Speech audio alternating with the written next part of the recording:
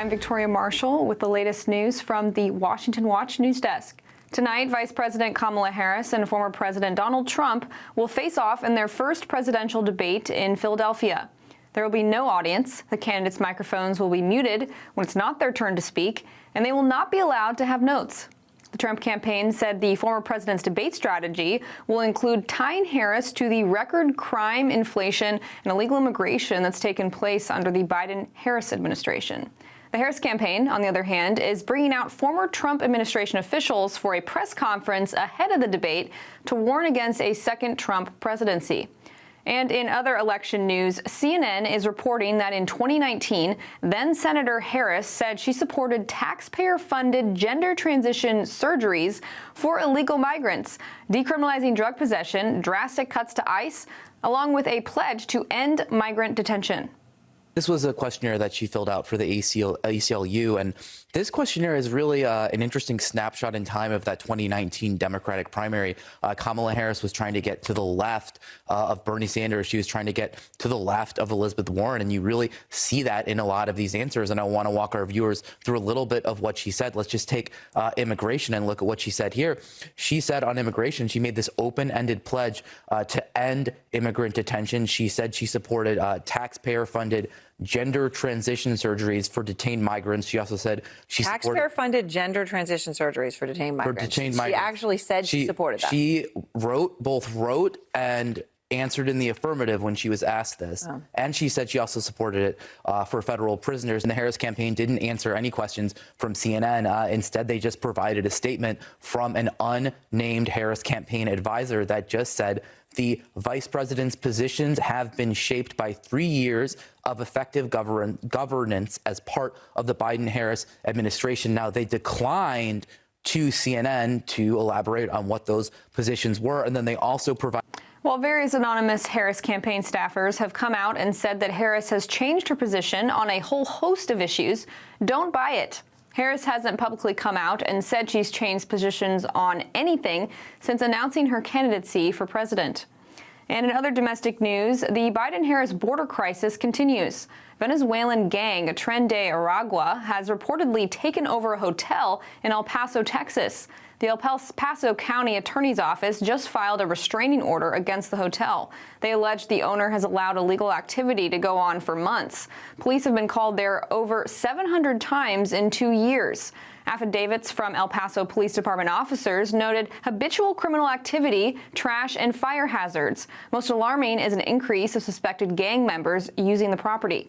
Now, the story comes after it was reported that the same Venezuelan gang took over an apartment complex in Aurora, Colorado. And in 2023, the Biden-Harris administration, which is responsible for this, granted temporary legal status to hundreds of thousands of Venezuelan migrants who came into the country illegally. And in other domestic news, the Biden Department of Justice has issued a warning to GOP-led states that are cleaning up their voter rolls by removing dead, ineligible, or non-citizen voters from their registrations. The DOJ released a video Monday asking people to come forward if they believe they have been improperly removed from their state's voter roll.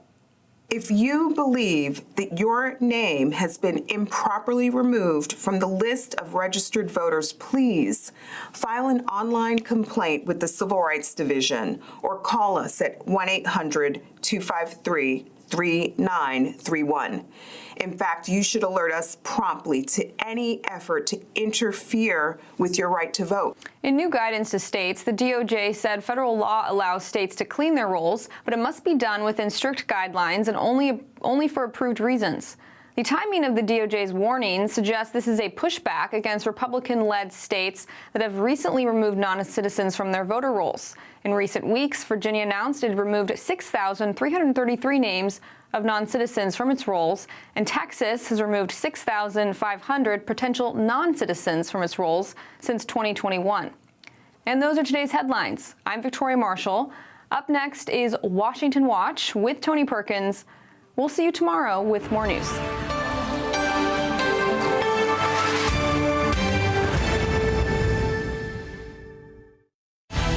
From the heart of our nation's capital in Washington, D.C., bringing compelling interviews, insightful analysis, taking you beyond the headlines and sound bites into conversations with our nation's leaders and newsmakers, all from a biblical worldview. Washington Watch with Tony Perkins starts now. And I believe we can do both things. I believe we can fund the government responsibly, and I believe that we can do right by the American people and ensure the security of our elections. And I defy anybody to give me any logical argument why we shouldn't do that. That was House Speaker Mike Johnson earlier today announcing that the House would move forward with a short-term funding measure that would keep the federal government operating past the September deadline and ensure the integrity of the fall's elections. This is Washington Watch. I'm Tony Perkins. Good to have you with us. We'll talk more about this in just a moment with Florida Congressman Mike Waltz. And the House is also taking up measures today designed to address the growing influence of the Chinese Communist Party. While the Biden-Harris administration is shutting down efforts to prosecute spies, they're bending over backwards to negotiate a new pandemic accord with the WHO, an organization that sold out the United States and the world to the Chinese Communist Party during the COVID-19 pandemic. That was New York Congressman Nick Langworthy on the House floor just a little while ago. Also today, the Missouri Supreme Court heard oral arguments on a challenge to the pro-abortion ballot initiative slated for November. These requirements protect voters. They do not undermine the initiative petition process. They are set forth in the Constitution and the implementing statutes in order to protect all Missouri voters. That was Mary Catherine Martin with the Thomas More Society earlier today, arguing before the court. The Supreme Court announced just a little while ago that the initiative will be on the ballot. Missouri Attorney General Andrew Bailey will join us with more. And overnight, Israeli forces eliminated 3 top Hamas terrorists who were responsible for the October 7th attack on Israel. Overnight, following IDF intelligence, the Israeli Air Force conducted a precise strike on senior Hamas terrorists. The government can confirm these terrorists were directly involved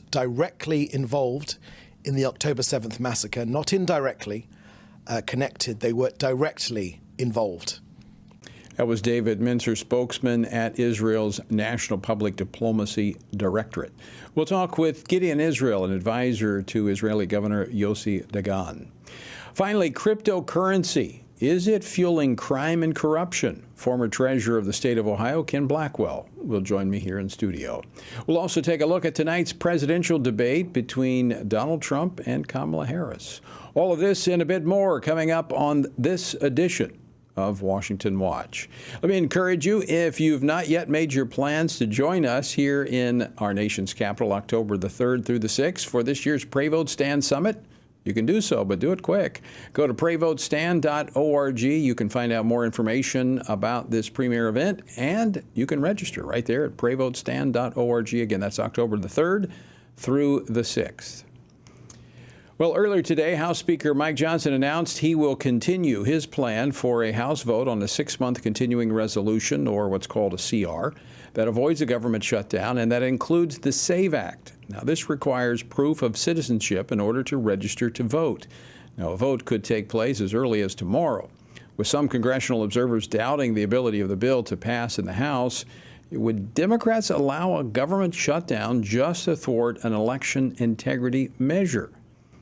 Joining me now to discuss this is Congressman Mike Waltz. He serves on the House Permanent Select Committee on Intelligence and the House Foreign Affairs Committee. He represents the 6th Congressional District of Florida. Congressman Waltz, welcome back to Washington Watch. Thanks for joining us today. Hey, good to be with you, Tony. We're on the move up here, up in Philly, getting ready for the big debate. So sorry for the backdrop, but good to be with you. That's fine. I know you just got on the ground there. We're going to talk about that debate in just a moment. But your sense on the continuing resolution and the SAVE Act being attached to that? Well, look, I think the leadership in the House is still really working through this with a lot of members, to be candid with you. I can tell you as one that's on a number of the national security committees, we hate continuing resolutions. It is a terrible way to deal with our budget. It essentially continues the Democrats' budgets from year before last and doesn't put in appropriate cuts. It also freezes all of the Pentagon, not just spending, but programs. They can't start any new ships or new technologies or research and development to counter China, Russia, North Korea, and our other threats. However, as I heard you when I dialed in, we have to protect our elections. We have to make sure U.S. citizens are voting, and only U.S. citizens are voting. And when you have multiple states like Texas, like Virginia, and other states scrubbing thousands and thousands of non-citizens off their voter rolls, we fear that's just the tip of the iceberg. So our message to the Democrats is going to be, look, if you agree with us that that is a fundamental core issue of our republic to have actual citizens voting, then this should be a no-brainer. And we shouldn't even be talking about shutdowns. So it's going to be a perilous path ahead, Tony. I'm not going to sugarcoat it, but we're fighting through that right now. One of the things the American people have been looking for is a return to normal government, if there's such a thing as normal, but at least a budgeting process that hasn't worked in over 2 decades. The House has advanced about 3/4 of government funding over to the Senate. It's the Senate that is sitting on this. What options are available to the House at this present moment? Yeah, we've passed, you're absolutely right, the vast majority of what we call the discretionary funding, the part that we have authorization to, that we should be absolutely cutting to get our budget in order. Heck, the Senate is doing so little, Tony. We're hearing they're not even going to vote on the defense bill, much less any of these tougher measures. So Schumer is really asleep at the switch. There are so many things he could be doing to help Israel, combating China, stopping anti-Semitism, and the list just goes on. But they would rather, really point fingers, I guess, and demonize President Trump than actually do their job and sit down with us and negotiate. You mentioned China, the Chinese Communist Party, the focal point. Actually, today on the House floor, a number of bills that are up on suspension votes to move forward. Is this? I mean, we know that the Senate's not going to take these and move anything along these bills. They've let everything that the House has passed basically die. Is this more of drawing contrast between the two parties and, in particular, foreign policy priorities? Well, just so your viewers, understand the dynamic. Typically, I think this Congress, we will have several hundred bills that we have in a very divided environment with a very narrow majority that we have marshaled enough votes for. The vast majority of them bipartisan, 200 to 300 that pass out of the House that just sit and die in the Senate. It's really shameful, frankly. Including the SAVE Act, which already passed in a bipartisan fashion with a half dozen Democrats voting. That's the one that would stop non-citizens from voting in our election, ensure our election integrity. So on these bills, as it pertains to China, I just had one that passed. So this is near and dear to my heart. And it simply says if the Commerce Department, Treasury Department, the Defense Department, if they put a sanction in place, the other agencies have to at least review it and make a determination. They can't just ignore it or just, not do their job and not even look at it at all. So these are really common sense measures that, for whatever reason, the Senate is just sitting on. Yeah, you and I have talked about this a number of times privately and publicly about the threat that comes from China. And you're right, the House has constantly been drawing attention to this. But the Senate, it's the graveyard where all good bills go to die. I want to switch gears a little bit because you were a part of, I believe, the 3-year investigation into the Afghanistan withdrawal, that disastrous withdrawal. Today, Congress held a ceremony to present Congressional gold medals to the families of the 13 U.S. service members who were killed in that withdrawal. Give us your thoughts on this and what lessons are there to be learned from this? Well, I've developed a relationship with these families, as has President Trump and others. First, Tony, I want to push back on a number of Democrats saying that this investigation was political. That could not be further from the truth. If they would actually read it, they would see that this is testimony from Biden's State Department, from career foreign service officers, from military officers who were involved, from intelligence operatives. And a couple of things became very clear. Number one, Biden had decided to get everybody out come hell or high water, no matter what the conditions on the ground were from day one. And according to his State Department spokesman who testified under oath, Ned Price, that the Doha agreement that President Trump entered into was immaterial. He was getting out whether the Taliban lived up to the conditions or not. Number two, Biden on day one walked away from Trump policies like in Iran, on the border. Heck, even the Keystone XL pipeline he made go away. But yet we're to believe he was stuck with the Doha agreement. Number three, at the end of the day, President Trump left the base at Bagram. He left our intelligence operatives, and he left some special operations troops because the Taliban hadn't lived up to six out of the seven of the conditions that were in that agreement. And then finally, Biden ignored his generals, ignored his diplomats, ignored the advice of his national security team, and ordered out our military before our allies and before the rest of our embassy and our civilian. It was just completely backwards. It was chaotic. It wasn't planned for. And we have these 13 dead because of it. And it was the match that lit the fuse on Ukraine, on China on the march, on the Ayatollahs and the chaos in the Middle East, because they saw weakness in this White House. All these families are asking for, Tony, is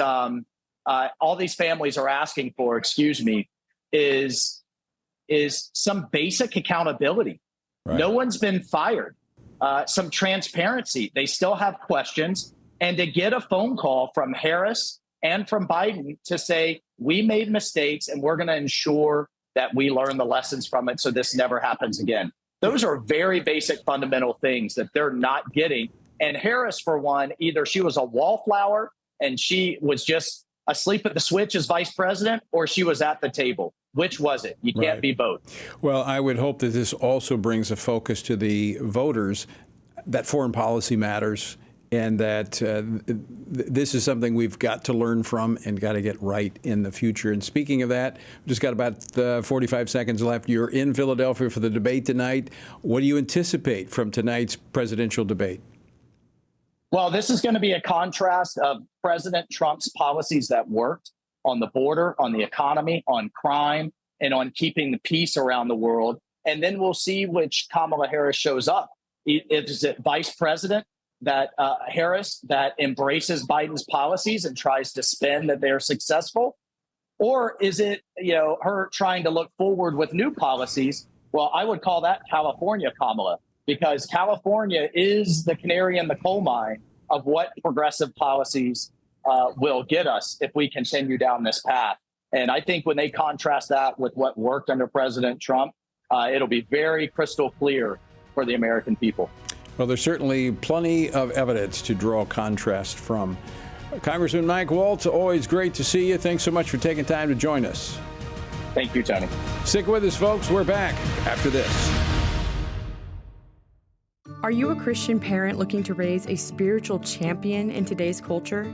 Renowned author George Barna has written a new book, Raising Spiritual Champions. This book offers valuable insights based on extensive research conducted by George Barna, the Family Research Council, and Arizona Christian University. Learn how to help your children discern biblical truth and find compelling meaning and purpose.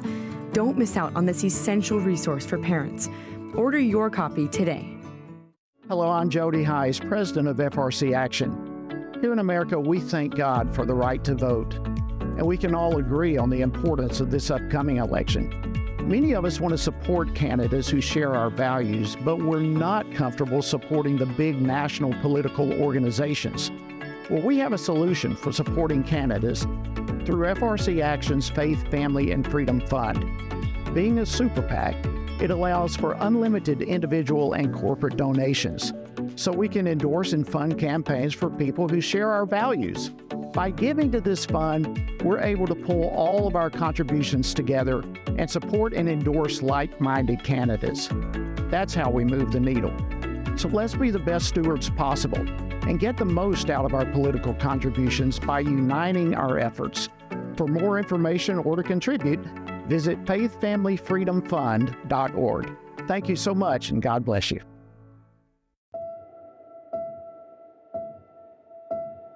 All of us are born with the desire to find truth and meaning. Where did I come from? What happens when I die? While our answers to these questions may divide us, we are united in our need for the freedom to answer life's biggest questions and make life's biggest decisions for ourselves. That's why religious freedom matters for everyone. Religious freedom matters because the powerful have long wanted to control those who are less powerful. Religious freedom matters because the freedom of those who are different is often threatened by those who believe different is dangerous. At the Center for Religious Liberty at Family Research Council, we promote religious freedom for everyone because the only alternative is religious freedom for no one. We encourage Americans and the American government to engage and advocate for the persecuted, and they do. We work every day to bring good news to the afflicted, to proclaim liberty to captives and freedom to prisoners. We do it because that's what Jesus does. We work to give freedom to others because we ourselves have been set free.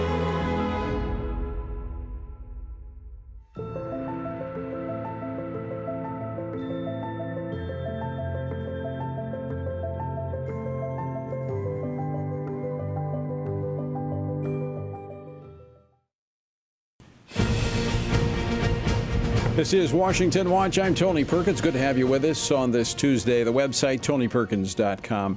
Again, let me remind you, coming up October the 3rd through the 6th is the Pray Vote Stand Summit here in our nation's capital, and you can be a part of it. Simply go to prayvotestand.org. That's prayvotestand.org. Well, this afternoon, the Missouri Supreme Court ruled that Amendment 3 will remain on the state's November 5th ballot. Now, the decision came after oral arguments this morning where the attorney for pro-life plaintiffs argued that the initiative petition misled voters by not including all the laws that Amendment 3 would effectively repeal. Now, if passed, this ballot measure will not only constitutionalize abortion until birth, it will also sever, from basically reading it, parental rights over sexual issues, including gender transition surgeries for minors, and could even deal with issues such as sex education in the schools. So how should pro-life and pro-family Missouri voters respond? Well, returning today to discuss this is Missouri Attorney General Andrew Bailey. General Bailey, thanks so much for joining us again here on Washington Watch. Thanks for having me on, Tony. All right, let me get your reaction to today's decision from the Missouri Supreme Court. It's a sad day in the history of the state of Missouri. I vehemently disagree with the decision. I think that at the end of the day, there are statutory and legal requirements that these sorts of ballot initiatives put voters on notice about some of the policy positions that the initiative petitions take, and that is required to enumerate the laws that will be repealed or nullified by enactment of this constitutional amendment. The proponents of this dangerous amendment have not so notified the voters. They failed to identify a single statute that the amendment repeals. So again, the Missouri voters are being sold a bill of goods, and the Supreme Court has now rubber stamped that going forward. It's in the hands of the voters at this point. And my prayer is that Missouri voters will wake up and go to the polls in November and realize that this is wrong for the people of the state of Missouri and is dangerous to the health and safety of children and of women. Once the voters act on this, when we see that there were laws that are affected by this that were not enumerated in the amendment, does that open it up again to legal challenge? It does, but at this point, whether or not that issue can interfere with enactment of the constitutional amendment has been adjudicated by the court. And that what's disappointing is that the court issued a one-page decision saying by majority vote and that opinions will be forthcoming. Now, the silver lining there is that that would seem to infer that there were at least some dissents. And so there may be a fount of legal authority upon which to act going forward based on what those dissents provide. We haven't seen them yet because the court hasn't published those yet. But I think what's especially frightening here is that the way in which the court interprets initiative petitions that are adopted on the ballot by the people, jurisprudence in the state of Missouri, the case law says that the Supreme Court is to give those broader interpretation than statutes enacted by our General Assembly. So in other words, all the harms that you enumerated and listed based on your plain reading of the constitutional amendment will absolutely come true. And the harms could be broader based on judicial interpretation post-enactment.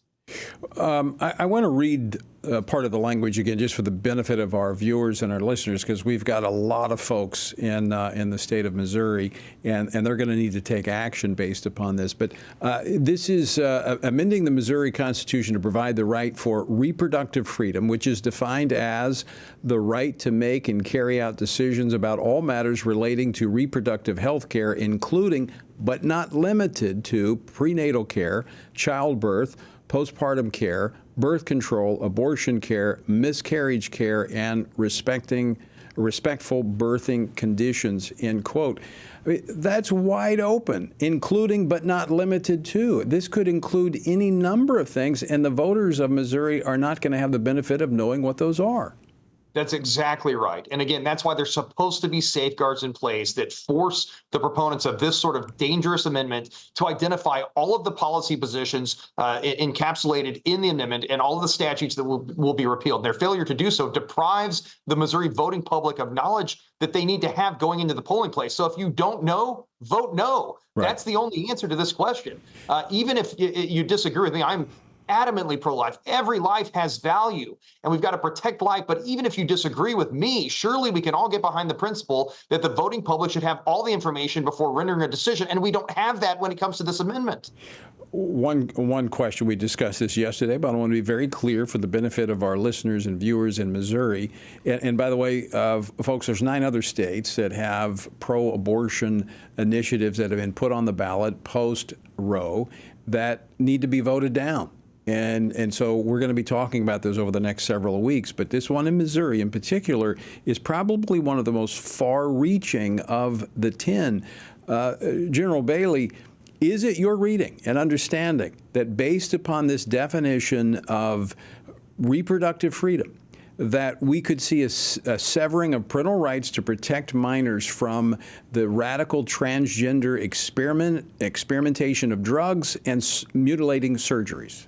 That's absolutely right. And that's another legal flaw within the 4 corners of this proposed amendment, that it encapsulates more than one subject. It goes far beyond abortion and termination of innocent life. It also goes to the mutilation of children and will remove any government safeguards that protect kids and protect a parent's right to know what's going on in that kid's life as that child may be experiencing gender dysphoria and succumb to impulses to undergo these types of procedures. It will absolutely open the door to that parade of horribles that the state of Missouri experienced prior to passage of Senate Bill 49, which proscribed gender mutilation of children. So just to be clear again, General, so if you support life, if you do not want to see a severance of parental rights, if you do not want to see the mutilation of children, if you do not want to see radical sex education forced upon our kids in the schools without the parents having a voice, then you got to vote no on this. Vote no on Amendment 3. The radical progressives that are pushing this amendment, and I believe have broken the law, attempt to turn Missouri into California, and Missourians do not want to be like the state of California. If you don't understand the amendment, if you haven't had time to read it, even if you agree with parts of it, but you haven't had the full understanding of it, vote no on Amendment 3. This is a Trojan horse. This is not a constitutional amendment. Attorney General Andrew Bailey, always great to see you. Thanks so much for taking time out of what I know has been a very busy day to join us. Thank you, Tony. All right, voters, and this goes for everybody, but in particular, Missouri. How do you respond to this? Well, number one, you got to pray. We need to pray, need to vote, we need to stand. And as has been clearly laid out, this is much more than abortion, even though we would vote against it for that in and of itself. But as you talk with your friends and your neighbors, your coworkers, let them know this is about much more than access to abortion. This is about eliminating laws like parental notification. And this encompasses the radical transgender policy that plays and feeds on the uncertainty that minors have about their sexual identity. All right, don't go away. More Washington Watch straight ahead. everything we do begins as an idea. Before there can be acts of courage, there must be the belief that some things are worth sacrificing for. Before there can be marriage, there's the idea that man should not be alone. Before there was freedom, there was the idea that individuals are created equal. It's true that all ideas have consequences, but we're less aware that all consequences are the fruit of ideas. Before there was murder, there was hate. Before there was a Holocaust, there was the belief by some people that other people are undesirable. Our beliefs determine our behavior, and our beliefs about life's biggest questions determine our worldview. Where did I come from? Who decides what is right and wrong? What happens when I die? Our answers to these questions explain why people see the world so differently. Debates about abortion are really disagreements about where life gets its value. Debates over sexuality and gender and marriage are really disagreements about whether the rules are made by us or for us. What we think of as political debates are often much more than that. They're disagreements about the purpose of our lives and the source of truth. As Christians, our goal must be to think biblically about everything. Our goal is to help you see beyond red and blue, left and right, to see the battle of ideas at the root of it all. Our goal is to equip Christians with a biblical worldview and help them advance and defend the faith in their families, communities, and the public square. Cultural renewal doesn't begin with campaigns and elections. It begins with individuals turning from lies to truth. But that won't happen if people can't recognize a lie and don't believe truth exists. We want to help you see the spiritual war behind the political war, the truth claims behind the press release, and the forest from the trees.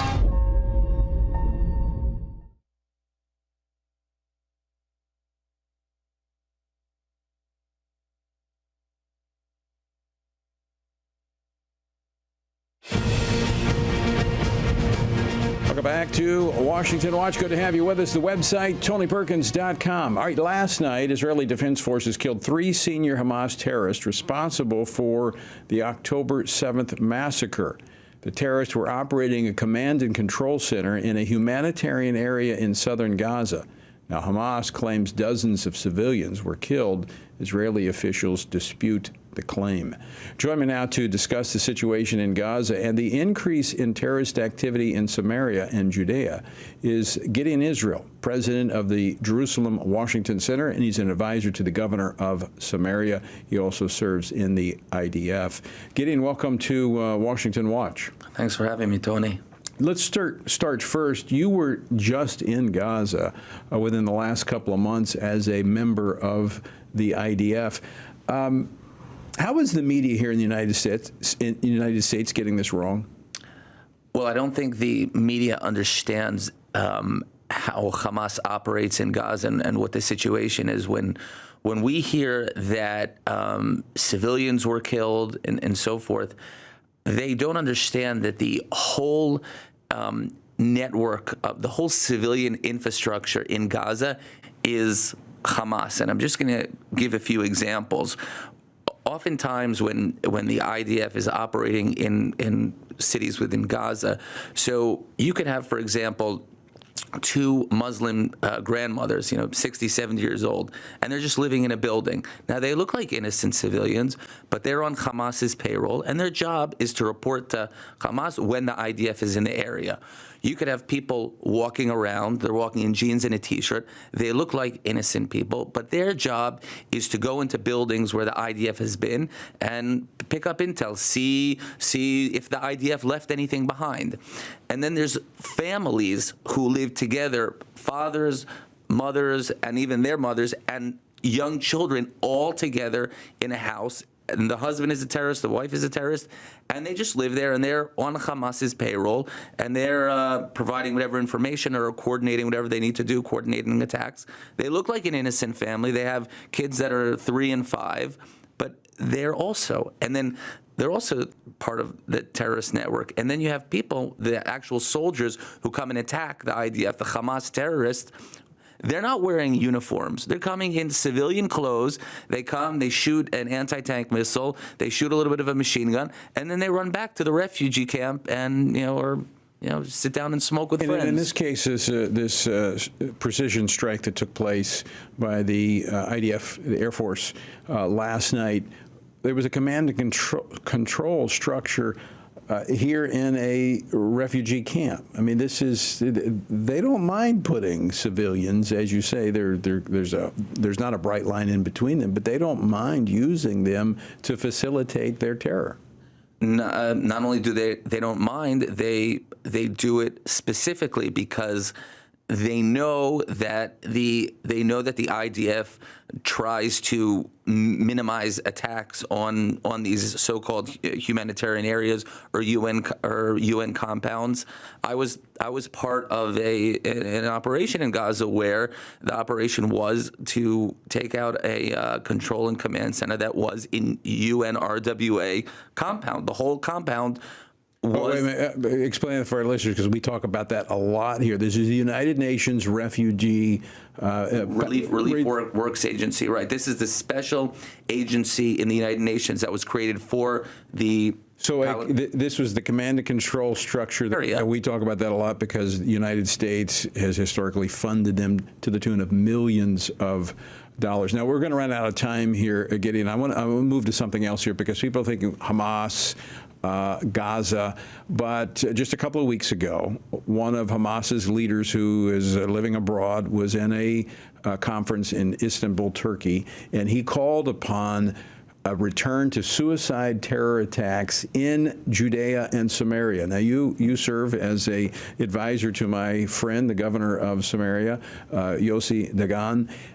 Talk about what we've seen since this. This was August the 29th. Have we seen a rise in these suicide and terrorist attacks and activity in Judea and Samaria? Well, even before June, Hamas and the Palestinian Authority terrorists, they have been preparing for this. They have been amassing weapons that we haven't seen before in Judea and Samaria, such as shoulder missiles. They've been mining the streets with IEDs and so forth. And yes, there has been an increase in attacks. Also, there were mines that blew up beside buses. This was something that didn't happen before. And as a result, the IDF has gone on a large operation in northern Samaria, in Jenin, to uproot the terrorist organization, the Hamas and the Palestinian Authority terrorists that are. And they've been criticized. The IDF has been criticized by the United Nations for doing this. Yeah, I mean that's always happening. They call it humanitarian areas. They're going to refugee camps.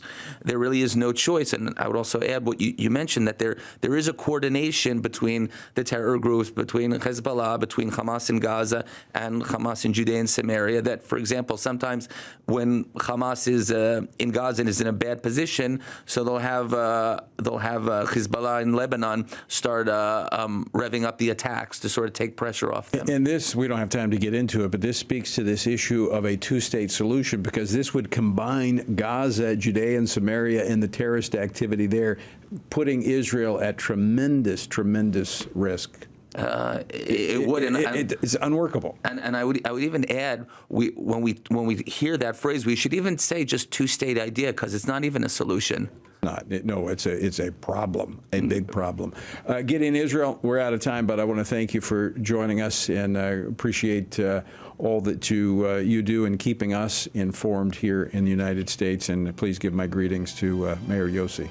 Sure. Thanks for having me, Tony. All right, folks, don't go away. When we come back, cryptocurrency, is it fueling corruption and crime? That's next.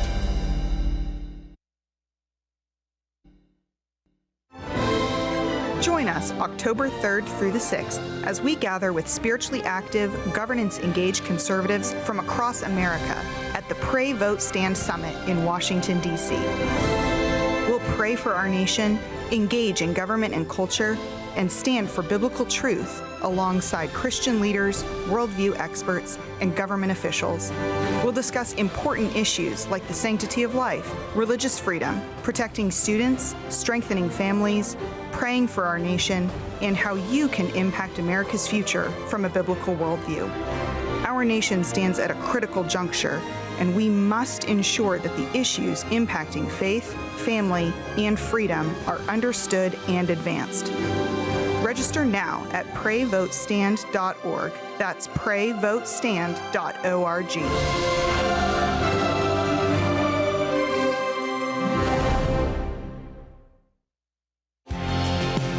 Jesus said in John 15, "These things I've spoken to you, that my joy may remain in you, and that your joy may be full."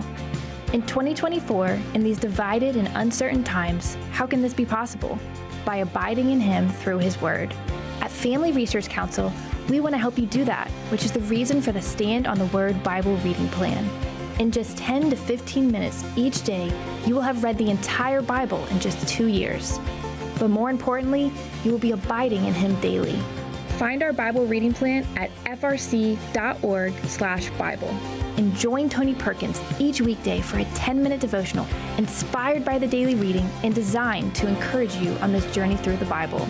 Listen on Apple Podcasts, Spotify, and YouTube. And remember, the grass withers and the flower fades, but the word of our God will stand forever. Research has found that there are 59 million American adults who are a lot like you. There are millions of people around the country who are born again, deeply committed to practicing their faith, and believe the Bible is the reliable Word of God. But that's not all. They're also engaged in our government. They're voters. They're more likely to be involved in their community, and they're making a difference in elections. The problem is that a lot of them feel alone too. We want to change that. FRC wants to connect these 59 million Americans to speak the truth together, no matter the cost. If you want to learn more about this group and what it means to be a spiritually active, governance-engaged conservative, or if you want to find out if you are one of these sage cons yourself, join us. Go to frc.org/SAGECON, SageCon, to learn more. That's SAGECON, SageCon, to learn more.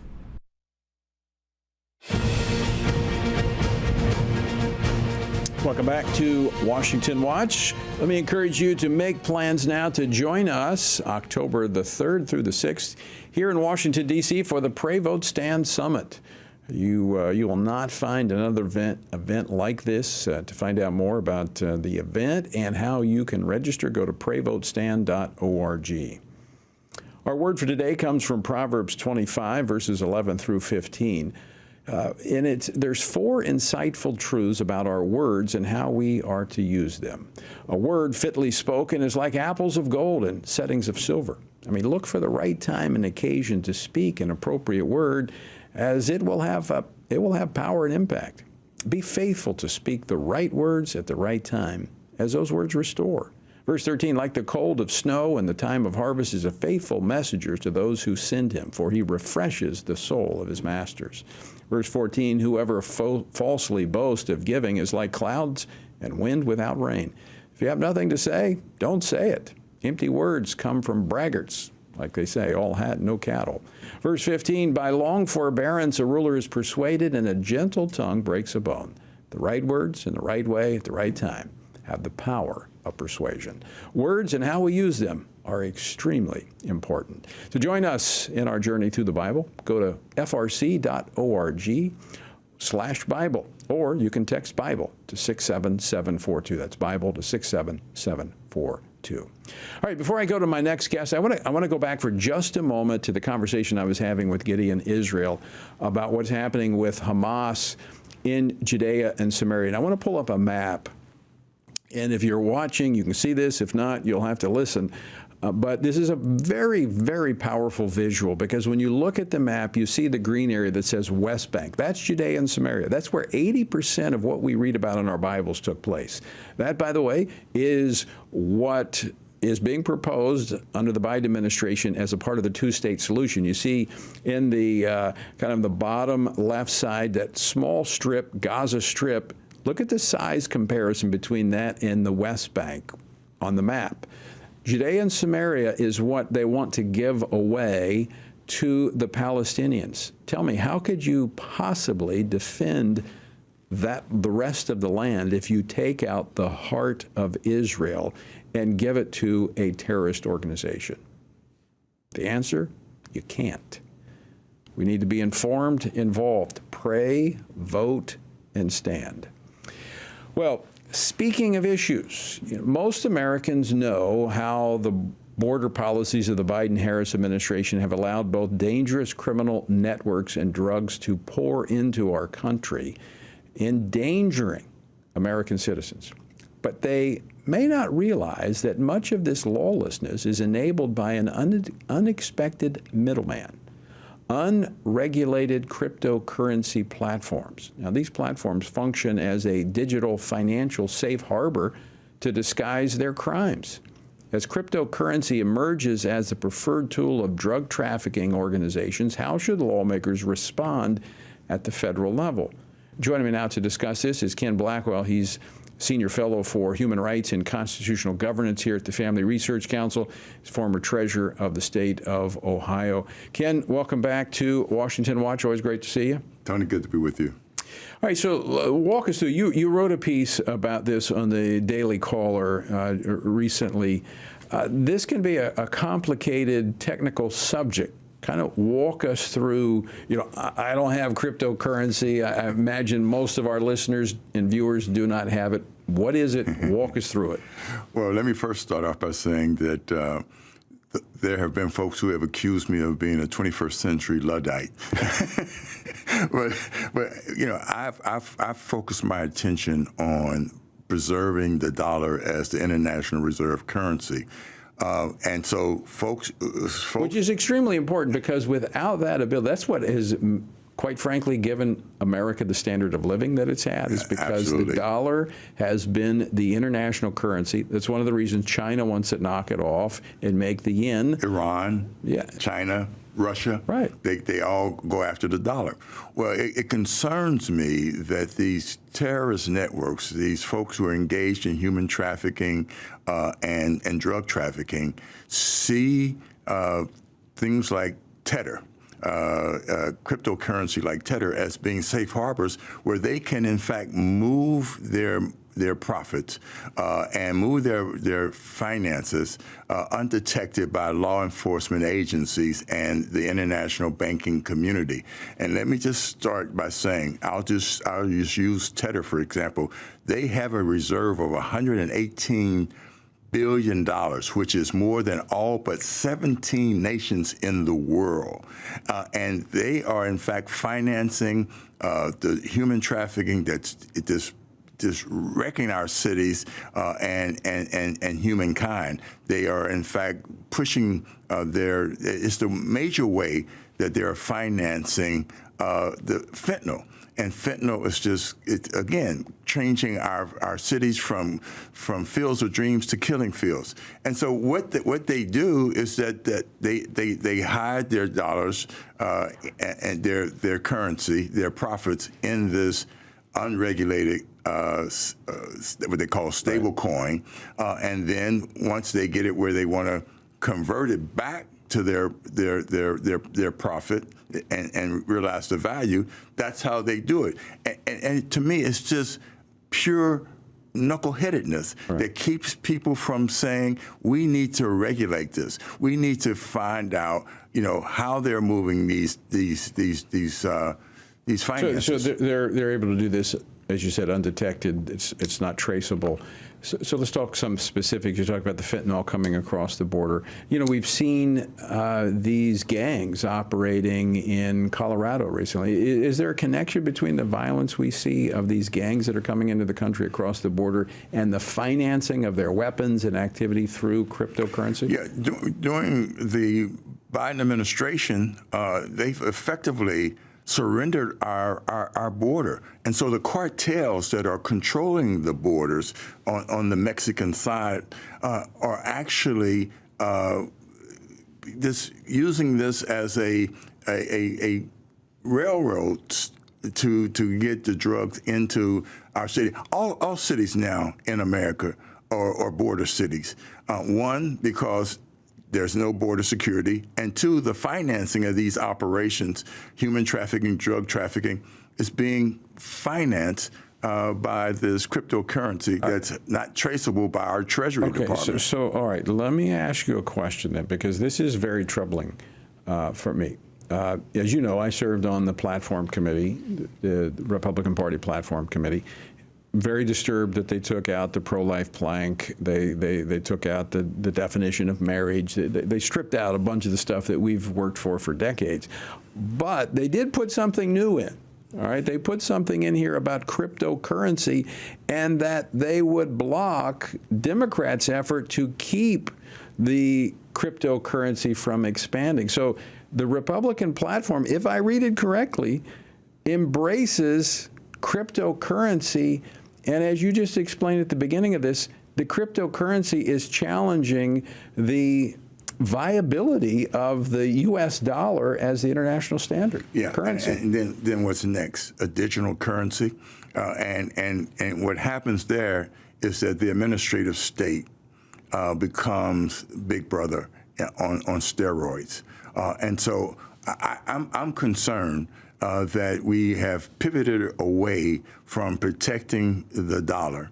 Why? Why would this be happening? Why would Republicans be proposing this? To me, it says that knuckleheadedness is a virus. Well, I mean, is it financial gain? I mean, is this like what we saw? I mean, we saw the former Speaker of the House, John Boehner, go out and promote marijuana and decriminalizing of marijuana because there's a lot of money in it. I mean, is that the same thing? Yeah, I think so. And what concerns me, Tony, is that nobody is having a robust discussion about this. You know, there's right now a proposal to put some minimum regulation on Tether and other cryptocurrencies, and it's going no place. You know, they're turning a deaf ear to it, and this is concerning because at the end of the day, if they're the ostrich with his head in the ground, we are going to watch the unraveling, as we're visiting now, unraveling of our constitutional republic. But why would we, if we want, and there's been a lot of, as we were just discussing, there's been a lot of concern, consternation over China, Iran, Russia challenging the dollar as the international currency. So why would we facilitate a competitive currency, the cryptocurrency? Well, you know, it's the globalist class within our, you know, being America, being a freestanding nation state means nothing, you know, to the elitist globalist class. It is all about how they, in fact, improve their profitability. Well, I mean, I think it may be more than just the elitist. I see this as a part of more of a libertarian tearing down of structure and law, because, you know, if you can create a currency that can't be tracked, and not that I'm for big government tracking these things, but criminal activity, I mean, this has been a key part. I mean, if you go back and you look at some of the big criminal cases through the history of our country in modern times, often it was involving the money trail. That's how you're able to get these criminals. I mean, that's where the FBI spends so much of its time, is the money trail.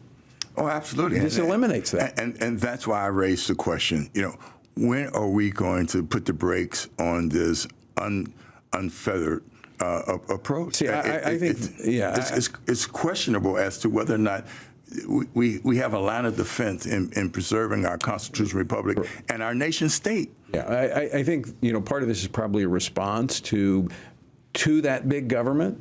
You know, we've got increasingly people don't trust the government, so they're creating alternative means. But I can't wrap my head, Ken, around the idea that the Republican Party would say we want to defend the republic, but at the same time we want to advance those things that challenge and undermine the republic. Yeah, and that's why, in fact, Republicans have to put forth an alternative to the runaway spending that has caused inflation, that has caused prices on groceries, gasoline, and our standard of living to take a nosedive. We need voices speaking up, and we need them speaking up at the ballot box this election. So I want to go to the election issue here in just a moment, but here's my takeaway from this: is that we have this cryptocurrency.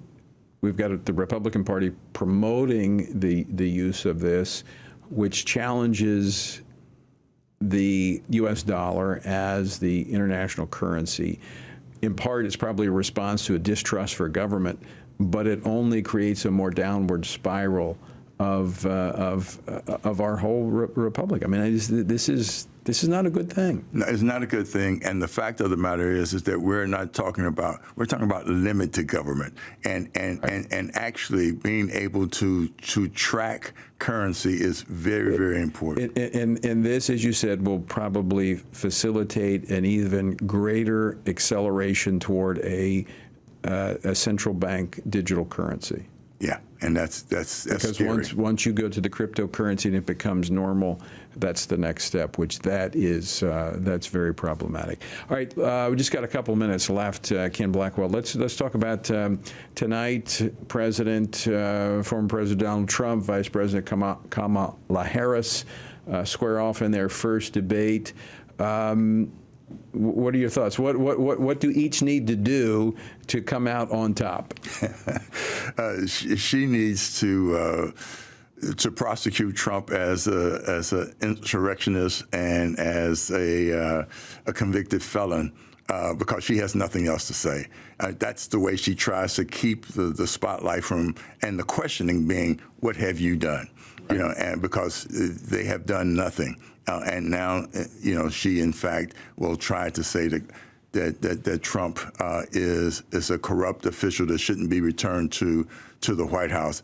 I think he needs to focus on saying, make the basic question to the American people: were you safer then than you are now? Are you better off in general? Now than you were then, or were you better off back then? So my take is that if he keeps it focused on policy, he wins. If she's able to pivot to personality, he loses. Yeah. Because if this becomes a cat and dog fight, he's not going to come out on top. But if he is able to be disciplined and focus on the policies, there is a vast difference between where Americans are today, where our country is today, where the world is today compared to where it was 4 years ago. Oh, absolutely, Tony. And he has to understand, and I think he does, that the umpire here has thumb on the scale. The moderators tonight, those asking the question, are wearing her jersey. But the jury, the American people who will be watching, and I predict there'll be a lot watching, and I'll certainly be watching and be putting my comments out on X. But I think he has an opportunity here to speak to the American people and draw that sharp contrast between the policies and the outcomes of his administration and the Biden-Harris administration. Paint in bold colors, pastels. Yeah, it's going to be a big night for both of them. Ken Blackwell, always great to see you. Tony, good to be with you. Thanks for stopping in the studio.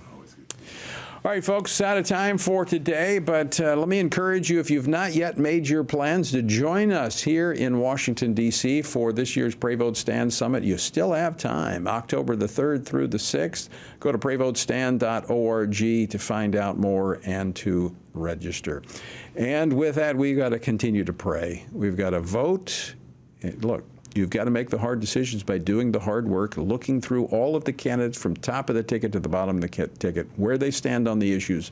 Vote for those who most clearly align with biblical truth. Until next time, I leave you with the encouraging words of the Apostle Paul found in Ephesians 6, where he says, when you've done everything you can do, when you've prayed, when you've prepared, and when you've taken your stand, by all means, keep standing. Washington Watch with Tony Perkins is brought to you by Family Research Council and is entirely listener-supported. Portions of the show discussing candidates are brought to you by Family Research Council Action. For more information on anything you heard today, or to find out how you can partner with us in our ongoing efforts to promote faith, family, and freedom, visit TonyPerkins.com.